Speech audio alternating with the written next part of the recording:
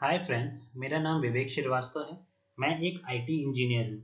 मैं red hat certified and AWS certified engineer हूँ। मैं अपने वीडियो के मीडियम से आप सबके साथ एडब्ल्यूएस नॉलेज को शेयर करना चाहता हूँ।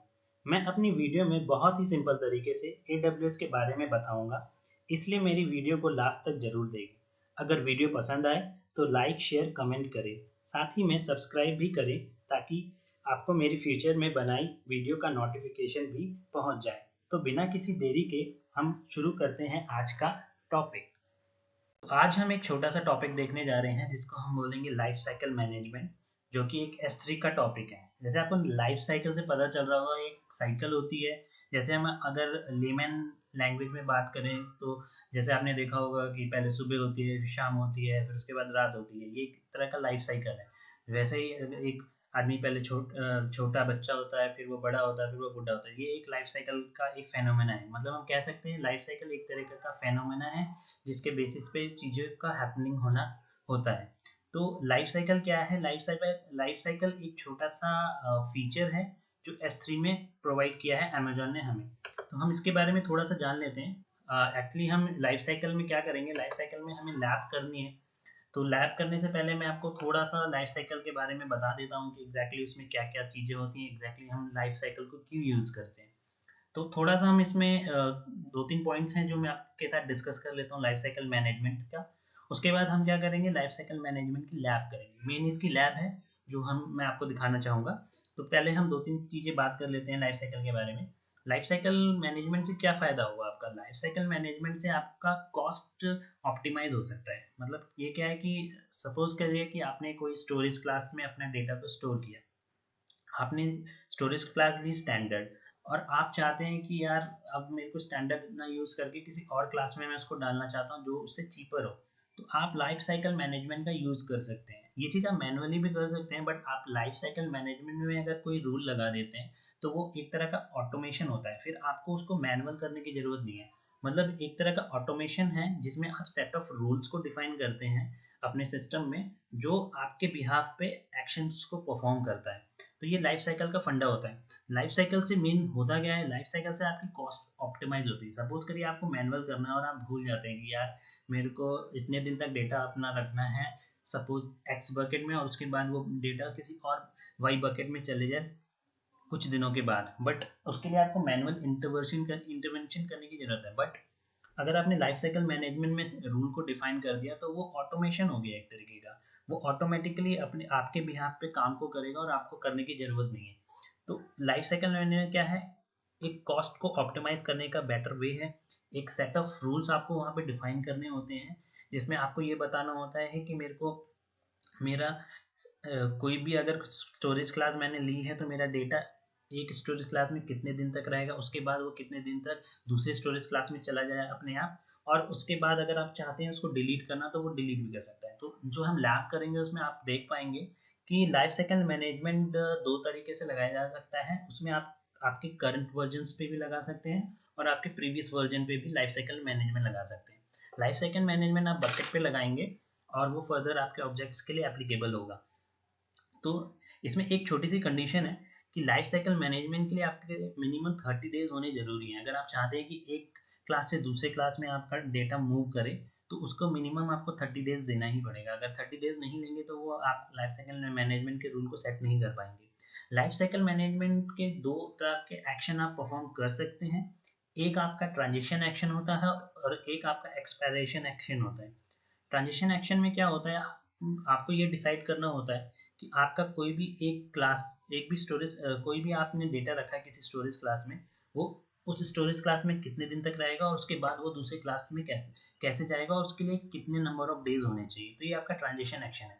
एक्सपायरेशन एक्शन में क्या होता है कि ये आपका इसमें ये डिसाइड करेगा कि जो भी आपका डेटा पड़ा हुआ है वो आप कितने दिन तक रखते हैं और वो आप कब डिलीट करना चाहते हैं। तो उसमें आपको मैनुअल डिलीट करने की जरूरत नहीं है। उसमें आप नंबर ऑफ डेज को डिफाइन कर देंगे और number of based on the number of days data आपका डिलीट हो जाएगा। अमेजन अपने आप डिलीट कर देगा। उसके लिए आपको कोई भी मैनुअल काम नहीं करना, वो ऑटोमेटिकली डिलीट हो जाएगा आपने जो भी वहाँ पे डेट सेलेक्ट की होगी। तो ये उसके transition action as well as expiration action होते हैं जो आप उसमें सेट कर सकते हैं। अब हम थोड़ी सी बात कर लेते हैं कि इसमें डेटा कितने कितने दिन तक आप रख सकते हैं। तो देखिए जैसे आप मेरे स्क्रीन पे देख पा रहे होंगे, इसमें मैंने एक डेटा को लिया था और उसको मैंने स्टैंडर्ड क्लास से दूसरे क्लास में मूव करा। तो उसमें मैंने नंबर ऑफ डेज को डिफाइन किया जो कि बाय डिफ़ॉल्ट है। अगर आपका कोई भी डेटा स्टैंडर्ड में पड़ा है और आप उसको फिर स्टैंडर्ड इनफ्रीक्वेंट एक्सेस में डालते हैं, जो कि एक टाइप है क्लास की क्या कौन कौन सी टाइप होती है, इसके लिए आप मेरा पुराना वीडियो देख लेंगे तो आपको वहाँ पे एग्जैक्टली पता चल जाएगा कि कौन सा क्लास क्या काम करता है और उसके क्या क्या फीचर्स होते हैं। तो अभी मैं इसमें आपको यही बता रहा हूँ, स्टैंडर्ड क्लास होता है, स्टैंडर्ड क्लास में आपका डेटा पड़ा है और आप चाहते हैं कि वो इनफ्रीक्वेंट एक्सेस में चला जाए, तो वो 30 डेज के लिए उसका मिनिमम टाइम होता है। ठीक है, उसके बाद आप चाहते हैं कि वो standard infrequent access intelligent tiering में चला जाए, तो उसके लिए मिनिमम आपको 60 डेज होने चाहिए। ठीक है, और अगर हम उसके बाद फर्दर बात करें, अगर हमारा इंटेलिजेंट ट्रेडिंग में उसके बाद 1 जोन में डालना है आपको, तो उसके लिए 90 डेज है। फिर आप चाहते हैं कि वो ग्लेशियर में आ जाए तो उसके लिए 120 डेज है। फिर आप चाहते हैं कि वो ग्लेशियर डीप आर्काइव में आ जाए, उसके लिए आपके लिए 210 डेज है। तो ये अगर ये आपके क्लासेस की कुछ पैरामीटर्स हैं जिसके नंबर ऑफ डेज डिफाइन है, मिनिमम 30 तो होना ही चाहिए। ठीक है, लेकिन इसमें ऐसा नहीं है कि आप अगर आपका स्टोरेज स्टैंडर्ड में और आप चाहते हैं कि वो डायरेक्टली ग्लेशियर में चला जाए, तो आप ग्लेशियर या फिर ग्लेशियर डीप आर्काइव में इसको डायरेक्टली भेज सकते हैं इमीडिएटली, उसमें कोई ऐसा प्रॉब्लम नहीं है। ऐसा नहीं है कि उसके लिए भी आपको 30 डेज वेट करना पड़ेगा। बट लेकिन अगर आपने स्टैंडर्ड इनफ्रीक्वेंट में डाला, उसके बाद फिर इंटेलिजेंट में डाला, फिर 1 जोन में डाला, फिर ग्लेशियर, देन उसके बाद ग्लेशियर डीप आर्काइव, तो उसमें नंबर ऑफ डेज का कुछ होता है जो कि डिसाइडेड है। अब जो मेरी स्क्रीन पे आपको दिख रहा है, अगर आप उससे कम डालेंगे तो वो उस चीज़ को लेगा नहीं, वो आपको एरर शो करेगा। ग्लेशियर में अगर आपका ऑब्जेक्ट का साइज स्मॉल है तो अमेजन हमें रिकमेंड करता है कि आप उसको ग्लेशियर और ग्लेशियर डीप आर्काइव में नहीं डालें, क्योंकि इसमें आपकी कॉस्ट ज़्यादा हो जाती है। ठीक है, एक चीज़ और मैं आपको बताना चाहता हूँ कि अगर आपने कोई डेटा डाला है स्टैंडर्ड में और आपने उसको बोला है कि ग्लेशियर में वो 1 दिन बाद चला जाए, और फिर उसके बाद आप चाहते हैं कि वो ग्लेशियर से ग्लेशियर डीप आर्काइव में आ जाए, तो उसके लिए आपको 91 डेज एटलीस्ट सेट करना ही पड़ेगा, कि वो बाय डिफॉल्ट 91 आएगा। आप 90 डेज भी करेंगे तो वो नहीं होगा।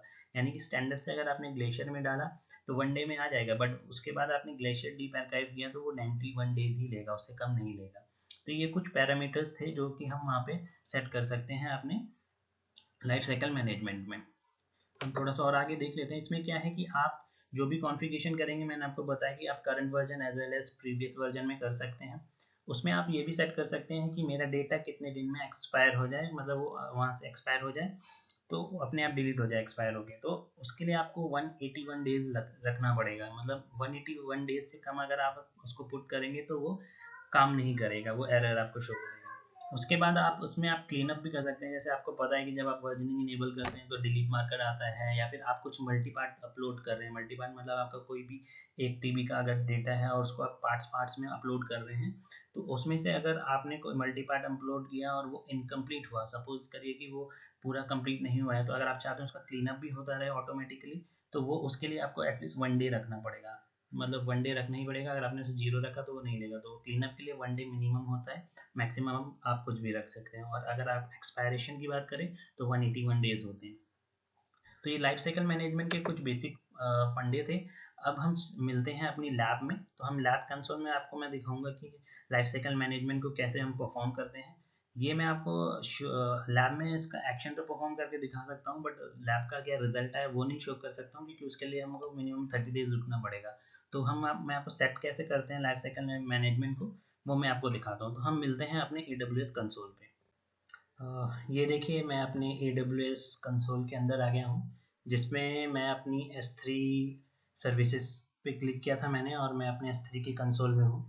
एंड आपको पता ही है कि S3 एक ग्लोबल सर्विस है, इसलिए यहाँ पे मेरे को कोई, जहाँ मेरा कर्सर आप देख पा रहे हैं, यहाँ पे कोई भी मेरे को रीजन शो नहीं कर रहा है।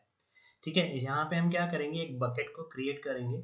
बकेट में कोई भी एक ऑब्जेक्ट को हम अपलोड कर देंगे। उसके बाद हम लाइफ साइकिल मैनेजमेंट के एक रूल को बनाएंगे, और नंबर ऑफ क्लासेस को हम सेलेक्ट करके नंबर ऑफ डेज को डिफाइन करेंगे। तो बिना किसी देरी के मैं क्या करता हूँ, सबसे पहले एक बकेट को क्रिएट कर देता हूँ। ये AWS S3 का नया कंसोल है जो यहाँ पे आपको विंडो पे दिख रहा है, और मैं यहाँ पे क्रिएट पे क्लिक करता हूँ। बकेट एकदम नॉर्मल प्रोसेस जैसे हमने अपने प्रीवियस वीडियोस में बनाया था वैसे ही हम क्रिएट करेंगे, इसमें कोई बड़ी चीज़ नहीं है। अगर आप कोई एग्जैक्ट डिटेल्स में देखना है कि बकेट में क्या क्या सेटिंग्स होती हैं और बकेट में और कौन कौन से फंक्शनैलिटी होती है, कैसे उसे मैं पब्लिक करता हूँ, कैसे मैं उसको प्राइवेट करता हूँ, कौन सी क्लास सेलेक्ट करता हूँ, और भी कैसे टैग लगाए जाते हैं। तो बहुत सारी ऐसे सेटिंग्स होती हैं बकेट्स की जो हम बकेट क्रिएट करते टाइम देख सकते हैं। वो मेरी प्रीवियस वीडियो में आपको मिल जाएगी। यहाँ पे हम सिंपल एक नॉर्मल सी बकेट क्रिएट करेंगे और जो कि जिसका नाम यूनिक होता है। आपको पता है कि बकेट का नाम यूनिवर्सली यूनिक होता है। अगर आपका सेम नाम की कोई बकेट ऑलरेडी एग्जिस्ट करती है तो वो उस नाम से आप बकेट को क्रिएट नहीं कर सकते हैं। हाँ ये है, लेकिन अगर आपने कोई बकेट को क्रिएट किया और उसके बाद आपने डिलीट कर दिया तो वो नाम दोबारा से अवेलेबल हो जाता है दूसरे किसी यूजर्स के लिए, या फिर आप दोबारा उसे यूज कर सकते हैं। तो बिना किसी देरी के हम सबसे पहले एक बकेट को क्रिएट कर लेते हैं। यहाँ पे मैं बकेट का नाम लिखूंगा। बकेट का नाम मैं लिख देता हूँ यहाँ पे life cycle test 1 2 3। Asia Mumbai में मेरी ये बकेट है, एशिया पैसिफिक मुंबई में। कंसोल को मैं नीचे करता हूँ। पब्लिक एक्सेस आपको इनेबल करना है तो यहाँ पे आपको टिक अनटिक करना पड़ेगा उसको। बाय डिफॉल्ट ये प्राइवेट रहती है। अगर आपको उसको पब्लिकली एक्सेस करना है तो आप इस टिक को अनटिक कर दें। जैसे उसको अनटिक करेंगे तो यहाँ पे एक पॉपअप शो होगा जो आपको बोलेगा कि आप रियली में इसको चाहते हैं कि ये पब्लिक हो, उसको आप चेक कर दें। बाकी वर्जनिंग अभी मैंने यहाँ पे डिसेबल ही रहने देता हूँ। ये चलिए हम इसे इनेबल ही कर देते हैं, कोई इशू नहीं है। यहाँ से नीचे चलते हैं और मैं क्रिएट बकेट पे क्लिक कर देता हूँ। जैसे मैं क्रिएट बकेट पे क्लिक करूँगा आप देखेंगे कि मेरी बकेट एक क्रिएट हो जाएगी जिसको पब्लिकली एक्सेस होगा। देखिए यहाँ पे आ रहा है ऑब्जेक्ट कैन बी पब्लिक। ठीक है, मेरी एक बकेट क्रिएट हो गई है लाइफ साइकिल टेस्ट 1 2 3 के नाम से, जो कि मुंबई रीजन में है और उसका यहाँ पे क्रिएशन डेट एंड टाइम आ रहा है। ठीक है, अब मैं इस बकेट के अंदर जाता हूँ और एक छोटा सा कोई ऑब्जेक्ट को स्टोर कर देता हूँ। यहाँ पे अपलोड कर देता हूँ। अपलोड करने के लिए आपको नॉर्मल प्रोसेस पता है। अपलोड पे क्लिक करना है, मुझे ऐड फाइल्स पे क्लिक करना है। आप ड्रैग एंड ड्रॉप भी कर सकते हैं, कोई इशू नहीं है। उसमें से फिर मैं यहाँ पे अपनी कोई भी एक छोटी सी फाइल को अपलोड कर देता हूँ। जैसे मैंने स्टोरेज क्लास वाली फाइल को अपलोड किया। जैसे यहाँ पे अपलोड करेंगे, यहाँ पे अपलोड का ऑप्शन आएगा। यहाँ पे आपको अपलोड के ऑप्शन पे क्लिक करना है। अगर आप दूसरी सेटिंग चेक करना चाहते हैं तो नेक्स्ट पे क्लिक करके आप सेटिंग्स को चेंज भी कर सकते हैं। तो अभी मेरे को सेटिंग्स से मतलब नहीं है, अभी मेरे को सिंपल एक बकेट अपलोड करना था, एक ऑब्जेक्ट, तो वो मैंने अपलोड कर दिया। अपलोड पे क्लिक किया मैंने। अब यहाँ पे मेरी बकेट आ जाएगी। देखिए यहाँ पे लिख रहा है कि 1 सक्सेसफुल 0 एरर, यानी कि आपकी बकेट सक्सेसफुली अपलोड हो गई है। यहाँ पे जो जिसका क्लास क्या है, बाय डिफॉल्ट स्टैंडर्ड क्लास होता है जो आपको पता ही है ऑलरेडी। ओके, अब हम क्या करेंगे, हमें लाइफ साइकिल मैनेजमेंट की लैब करनी है तो वो हमें क्या करना है, बकेट पे लगानी होती है पॉलिसी को। तो हम क्या करेंगे, उसके लिए मैनेजमेंट वाले टैब पे जाएंगे। आप देख रहे हैं मैनेजमेंट वाला टैब है, इस पर मैंने क्लिक किया। जैसे ही मैंने मैनेजमेंट वाले टैब पे क्लिक किया तो देखिए यहाँ पे लाइफ साइकिल करके आ रहा है। ठीक है, यहाँ पे लाइफ साइकिल मैनेजमेंट करके आ रहा है और ऐड लाइफ साइकिल रूल आ रहा है। ठीक है, आप ऐड लाइफ साइकिल रूल पे क्लिक करके भी ऐड कर सकते हैं। अभी यहाँ पे मेरे को फिलहाल कोई रूल नहीं दिख रहा है क्योंकि मैंने यहाँ पे कोई रूल सेट नहीं किया है। आप यहाँ पे गेट स्टार्टेड पे भी क्लिक कर सकते हैं, दोनों में से आप कहीं पे भी क्लिक कर सकते हैं। मैं गेट स्टार्टेड पे क्लिक करता हूँ। अब देखिए मैंने आपसे बोला था यहाँ पे इसके अंदर रूल का आप कोई भी नाम दे सकते हैं। ये आपका रूल का जो भी नाम होगा, ये जरूरी नहीं है कि ये भी यूनिक हो या फिर ये भी ग्लोबली हो। यहाँ पे ये आपके बकेट के अंदर का रूल है तो आप इसको कोई भी नाम दे सकते हैं। तो यहाँ पे मैं लिख देता हूँ रूल नंबर 1। अब देखिए मैंने आपको जैसे बताया था कि आप प्रीफिक्स और टैग्स पे भी लगा सकते हैं लाइफ साइकिल मैनेजमेंट, या फिर आप पूरे बकेट में जो भी ऑब्जेक्ट्स हैं उस पर भी लगा सकते हैं। तो बाय डिफॉल्ट ये आपका लिमिट प्रीफिक्स और टैग्स पे रहता है, बट हम इसे पूरे हम क्या करेंगे, हम इसे ऑब्जेक्ट्स के लिए बकेट पे लगाएंगे। Apply to all the objects in the bucket. फिर मैं इस पर नेक्स्ट पे क्लिक करूंगा। जैसे मैंने नेक्स्ट पे क्लिक किया, मैंने आपको बताया था कि जो भी आपकी स्टोरेज क्लास ट्रांजिशन होती है वो करंट वर्जन पे भी आप कर सकते हैं, प्रीवियस वर्जन पे भी कर सकते हैं। यानी कि करंट वर्जन यानी आपका कोई भी वर्जन अभी पड़ा होगा उस पर भी अप्लाई होगी, और कोई पुराना भी पड़ा होगा तो उस पर भी अप्लाई हो जाएगी वो। ठीक है, तो मैं अभी मेरे करंट वर्जन के साथ जाता हूँ। करंट वर्जन पे मैंने जैसे ही क्लिक किया, ये देखिए अगर मैं प्रीवियस पे करता हूँ तो प्रीवियस का भी आपको तो वो दिखेगा, यहाँ पे दिखेगा ऑप्शन। बट अभी मेरे को प्रीवियस पे नहीं जाना है तो मैं एक करंट से ही करके दिखा दूंगा आपको। प्रीवियस पे भी आप कर सकते हैं, कोई इशू नहीं है। देखिए जैसे आप करंट पे क्लिक करेंगे तो ये आपसे बोलेगा कि for current version objects add transitions. यहाँ पे ये आपसे बोल रहा है कि आपको कौन कौन सी क्लास सेलेक्ट करनी है और कितने दिन के लिए सेलेक्ट करनी है। तो आप यहाँ पे करें। बाय डिफॉल्ट 30 होती है जो मैंने आपको ऑलरेडी बताया हुआ है। ठीक है, मैं ऐड ट्रांजिशन पे क्लिक करता हूँ।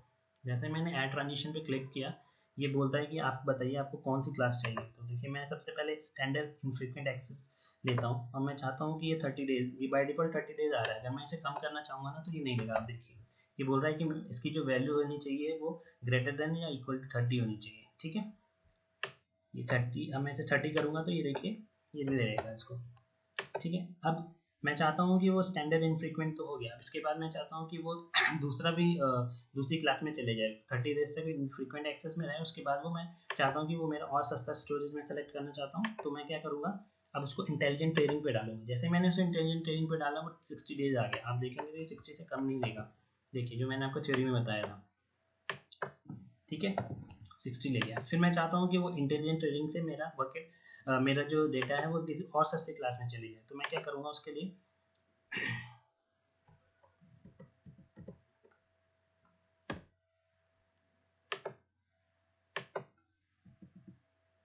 मैं कहता हूँ कि वो मेरा वन जोन में चला जाए। ठीक है, वन जोन पे मैंने क्लिक किया तो ये 90 डेज आया। मुझे 90 डेज से कम नहीं हो पाएगा। अगर मैं चाहूँगा कि मैं इसे 80 लूँगा तो फिर वो एरर शो करेगा कि नहीं आप इससे कम नहीं ले सकते। तो आप इसको क्या करें, 90 डेज कर दें। ठीक है, अब मैं चाहता हूँ मैं वन जोन के बाद मैं चाहता हूँ कि वो दूसरी और सस्ती क्लास में चली जाए। तो मैं क्या करूँगा उसके लिए सेलेक्ट करूँगा कि मैं ग्लेशियर में चाहता हूँ।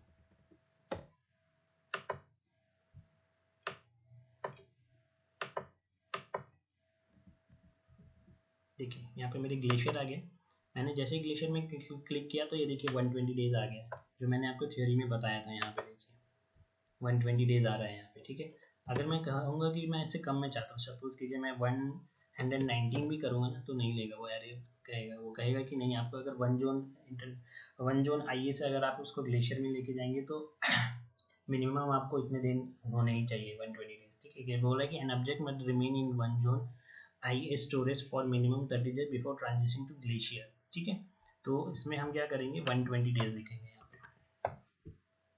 एक चीज़ और ये बोलेगा, मेरा जो ऑब्जेक्ट का साइज है वो बहुत स्मॉल है। तो ये कह रहा है कि अगर आपका साइज बहुत स्मॉल है तो आप उसे ग्लेशियर में नहीं रखें, क्योंकि ग्लेशियर की कॉस्ट थोड़ी हाई होती है, क्योंकि वो लॉन्ग टर्म के लिए स्टोर करता है। ठीक है, तो अभी मैं इससे कुछ नहीं करेंगे, एक्नॉलेज कर देते हैं, कोई इशू नहीं है। ठीक है, उसके बाद मैं चाहता हूँ कि मैं इसे और सस्ती स्टोरेज में डालना चाहता हूँ। तो मैं क्या करूँगा, मैं इसको डीप आर्काइव और डीप कर मैं और इसको ग्लेशियर डीप आर्काइव में डालूंगा, जो कि बहुत ही सस्ती है। मतलब वो आप 10 साल 20 साल के लिए रख सकते हो, उसमें कोई इशू नहीं है। तो उसके लिए भी आपको यही पॉपअप आएगा, उसको आपको एक्नॉलेज करना है। ठीक है, इस तरीके से हम अपने नंबर ऑफ डेज सेलेक्ट कर सकते हैं और ये नंबर ऑफ क्लासेस को भी सेलेक्ट कर सकते हैं, जिससे हम अपनी कॉस्ट को ऑप्टिमाइज कर सकते हैं। मतलब अगर मेरा डेटा लॉन्ग टाइम के लिए पड़ा है और मैं उसको चाहता हूँ कि किसी दूसरी क्लास में उसको स्टोर कर दूँ, जिससे मेरी कॉस्ट कम हो जाए, थोड़ी कॉस्ट मेरी ऑप्टिमाइज हो जाए और मेरे को ज़्यादा पैसे ना लगे, तो मैं लाइफ साइकिल मैनेजमेंट का फंक्शनैलिटी को यूज़ कर सकता हूँ। ठीक है, जैसे मैंने आपको एक चीज़ और बताई थी कि अगर सपोज करिए मेरा कोई ऑब्जेक्ट है, मैं इनको डिलीट कर देता हूँ, आपको एक चीज़ और दिखा देता हूँ। इसके बाद नेक्स्ट पे आप क्लिक करेंगे तो हो जाएगा। ठीक है, सॉरी, हमको क्या करना है, मैं आपको एक चीज़ और दिखाने वाला था कि मैंने आपसे बोला था आप इसको क्या ग्लेशियर में डायरेक्ट भेज सकते हैं। बिल्कुल भेज सकते हैं। ये देखिए ग्लेशियर में मेरे को कोई एरर नहीं शो करेगा। ग्लेशियर में आप डायरेक्ट चाहें तो उसको भेज सकते हैं, बट वो ये कि स्मॉल है तो उसमें पैसे ज़्यादा लग जाएंगे आपके। मैं आपको बस ये दिखाना था कि ग्लेशियर में हम क्या डायरेक्ट उसको ट्रांजिशन कर सकते हैं। तो बिल्कुल कर सकते हैं, ऐसा नहीं है कि आप उसको नहीं कर सकते। ठीक है,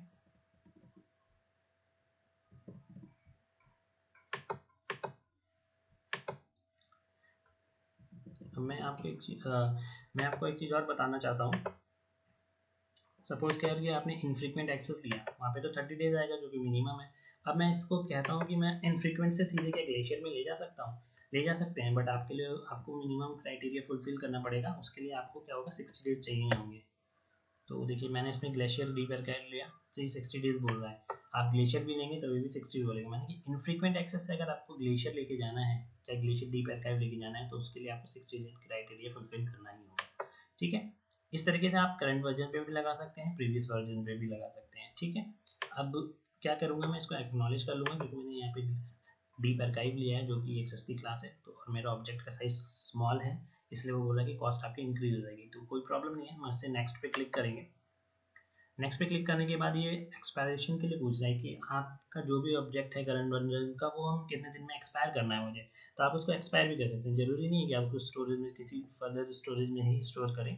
आप चाहते हैं कि नहीं इतने दिन के बाद ये मेरा एक्सपायर हो जाए तो आप उसके लिए कर सकते हैं, बट बाय डिफॉल्ट उसके लिए आपको एक्सपायरेशन डेट जो होती है 181 डेज होती है, आप उससे बहुत कम नहीं रख सकते। देखिए जैसे मैंने करंट पे क्लिक किया तो और यहाँ पे मैं 180 रखूंगा।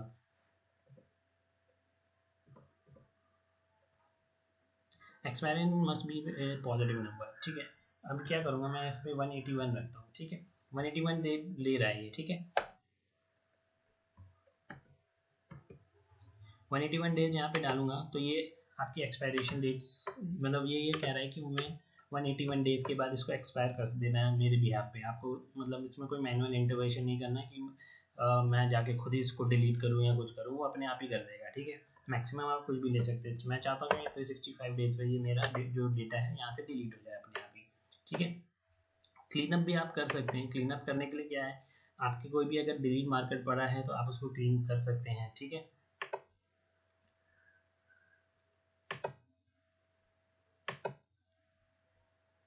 आपको क्लीन अप कर सकते हैं, डिलीट मार्कर के बेसिस पे भी कर सकते हैं, ठीक है। और आप इसको मेरे में अभी कोई यहाँ पे डिलीट मार्कर नहीं पड़ा है इसलिए मेरे को पॉपअप शो नहीं कर रहा है, बट आपके ऑब्जेक्ट में अगर डिलीट मार्कर करके कुछ पड़ा है तो आप इसको क्लिक करके कर सकते हैं, ठीक है। उसके बाद क्या कह रहा है कि ये कह रहा है कि आपने कोई मल्टी पार्ट अपलोड किया है। सपोज आपकी फाइल बहुत बड़ी है, आप सपोज करिए 1 टेराबाइट है, तो आप 1 टेराबाइट को इकट्ठे अपलोड नहीं करेंगे, उसको मल्टी पार्ट में करेंगे जिससे उसकी स्पीड बढ़ जाएगी, ठीक है। तो उससे क्या होगा कि आप सपोज करिए आपने कुछ अपलोड करने की कोशिश की या फिर आपका कोई बैकअप अपलोड होता है तो आपका बैकअप पूरा अपलोड नहीं हुआ। सपोज कि 10 फाइल्स आपने अपलोड की जिसमें से 10 नहीं हो के 8 ही फाइल हुई, बाकी की 2 नहीं हुए और वो इनकम्प्लीट बैकअप है, ठीक है। तो 2 इनकम्प्लीट बैकअप को क्लीन अप करना हो तो वो भी आप यहाँ से कर सकते हैं। यहाँ पे भी आप डेट सेलेक्ट कर सकते हैं, यहाँ पे आप कुछ भी डेट डाल सकते हैं, ऐसा नहीं है, बट जीरो से मैक्सिमम नहीं है। अगर जीरो आप प्लेस करेंगे ना यहाँ पे तो ये बोलेगा नहीं, एटलीस्ट जीरो से तो ज़्यादा ही वैल्यू डालनी है, तो आप यहाँ पे इसको 1 कर सकते हैं, ठीक है। तो इस तरह से आप क्या है इसकी एक्सपायरेशन डेट को भी अब लगा सकते हैं यहाँ पे, और आप इसकी क्लीन अप डेट को भी यहाँ पे सेट कर सकते हैं। इतना करने के बाद आपको क्या करना है, नेक्स्ट पे क्लिक करना है। जैसे ही आपको नेक्स्ट पे क्लिक करेंगे तो ये आपको पॉपअप करेगा कि आपने क्या क्या चीज़ें सेलेक्ट की हैं, वो आपको बताएगा वहाँ पे। आप जैसे ये बता रहा है कि मेरे रूल का नाम ये है, मेरा स्कोप ये है, होल बकेट पे मैंने लगाया है, किसी भी प्रीफिक्स और टैग पे नहीं लगाया है, ठीक है। करंट वर्जन में क्या हुआ है कि वो करंट वर्जन तो मेरा स्टैंडर्ड ही था। अब ये बोल रहा है कि इस ट्रांजिशन जो मेरे को करनी है वो इनफ्रीक्वेंट एक्सेस पे करनी है, मतलब standard infrequent access after 30 days, और उसके बाद ग्लेशियर डीबैकर पे 60 डेज के बाद चला जाएगा। आप इसे चाहें तो एडिट भी कर सकते हैं आपको अगर चेंज करना हो यहाँ पे तो, ठीक है। फिर एक्सपायरेशन के लिए बोल रहा है कि 425 डेज एक्सपायरेशन और क्लीन अप के लिए ये है, ठीक है। उसके बाद आपको कुछ नहीं करना है, यहाँ पे आपको क्लिक करना है। अगर आप चाहें तो किसी बकेट पे भी लगा सकते हैं, अभी मैंने किसी ऑब्जेक्ट्स पे भी लगा सकते हैं स्पेसिफिक, और उसके लिए आपको टैग्स देने की जरूरत पड़ेगी, ठीक है। उसके लिए मैं आई एक्नॉलेज पे क्लिक करूँगा, देन मैं इसको सेव कर दूँगा। जैसे ही मैं इसको सेव करूँगा आप यहाँ पे देखेंगे एक रूल अपने आप मेरा बनता हुआ आपको दिखेगा। मैं पेज को रिफ्रेश करूँगा अभी, देखिए यहाँ पे एक मेरा रूल आ गया है जिसमें लाइफ साइकिल का रूल लिखा हुआ है कि ये मेरा लाइफ साइकिल रूल है, होल बकेट पे लगी है, और उसमें एक्शन मेरे को क्या लेना है, इनफ्रीक्वेंट और ग्लेशियर पे मेरे को अपने डेटा को मूव करना है as per the number of days defined in rule, okay. उसके बाद क्या करना है, आपको ये ओपन तो नहीं होगा, बट आप इसको चाहेंगे तो एक्शन में जाके आप इसको इनेबल डिसेबल कर सकते हैं, ठीक है। आप सेलेक्ट कर लें, एक्शन पे जाके आप इससे डिसेबल भी कर सकते हैं, इसको इनेबल भी कर सकते हैं। तो ये आपकी लाइफ साइकिल मैनेजमेंट की एक छोटी सी लैब थी। इंपॉर्टेंट लैब है, मतलब मैं ये नहीं कहूँगा कि ये ज़रूरी है कि आप लाइफ साइकिल मैनेजमेंट को लगाएं, बट हाँ अगर आपको कॉस्ट ऑप्टिमाइज करना है, आप चाहते हैं एक तरह का ऑटोमेशन करना कि मेरे को ध्यान ही नहीं देना है, मैंने अपने स्टोरेज क्लास और अपने डेटा को उसके हिसाब से लगा दिया है ताकि वो अपने हिसाब से डेटा को मूव कर दे, ताकि मेरे को उस चीज़ को ध्यान ही नहीं रखना है। हो सकता है मैं कहीं बिजी हूँ या किसी भी XYZ रीज़न की वजह से मैं उस टाइम पे ना कर पाऊँ, बट अगर आपने रूल डिफाइन कर दिया तो वो रूल के हिसाब से वो अपने आप ही डेटा को मूव कर देगा। उसको वो पूछेगा नहीं आपसे, क्योंकि आपने रूल डिफाइन किया है, वो आपके बिहाफ पे चीज़ों को मूव कर देगा जिससे आपकी कॉस्ट कम हो सकती है। तो ये एक छोटी सी लैब थी लाइफ साइकिल मैनेजमेंट रूल के बारे में। ये आपको कैसी लगी ज़रूर बताइएगा। हम अपनी नेक्स्ट लैब में मैं कोशिश करूँगा आपको स्टैटिक वेबसाइट होस्टिंग करने की कैसे करते हैं हम वो डिसाइड कर लेंगे। उसके बाद S3 के मोस्टली टॉपिक हो चुके हैं, और एक टॉपिक और आएगा स्टैटिक वेबसाइट होस्टिंग का, उसके बाद मैं देखूंगा अगर एक टॉपिक और है जिसमें हमको क्या करना है कि हमारा एक बकेट किसी और रीजन में है और एक हमारा EC2 किसी और रीजन में है और किसी अकाउंट में है, तो हम उसको किस तरह से एक्सेस कर सकते हैं, तो वो मैं देखूंगा, कोशिश करूंगा अभी करा दूंगा, नहीं तो फिर वो बाद में करा दूंगा। लेकिन S3 के रिगार्डिंग अगर हम बात करें तो S3 का पूरा थियोरेटिकल पार्ट, इवन लैब का पार्ट सब कुछ कंप्लीट हो चुका है। स्टैटिक वेबसाइट होस्टिंग बची है जो मैं आपको बता दूंगा नेक्स्ट वाली लैब में या फिर थ्योरी में। उसका एक लैब और बना दूंगा मैं जिसमें आप स्टैटिक वेबसाइट होस्टिंग कैसे हम होस्ट कर सकते हैं वो देख लेंगे। तो S3 हमारा कंप्लीट हो चुका है। इसके बाद हम कोई नेक्स्ट टॉपिक चूज करेंगे, वो मैं डिसाइड करूंगा और आपको बता दूंगा नेक्स्ट टॉपिक में हमें क्या देखना है। क्लाउड फ्रंट पर कर लेंगे हम, और क्लाउड फ्रंट जब हमारा हो जाएगा तो उसके बाद हम देखते हैं एक बार VPC पे चलेंगे। तो ये हमारी लाइफ साइकिल मैनेजमेंट की लैब थी और थोड़ा सा थ्योरेटिकल पार्ट था। और हम मिलेंगे अपने नेक्स्ट वीडियो में। आपको कैसा लगा जरूर बताइएगा। And thanks for watching. Have a nice day.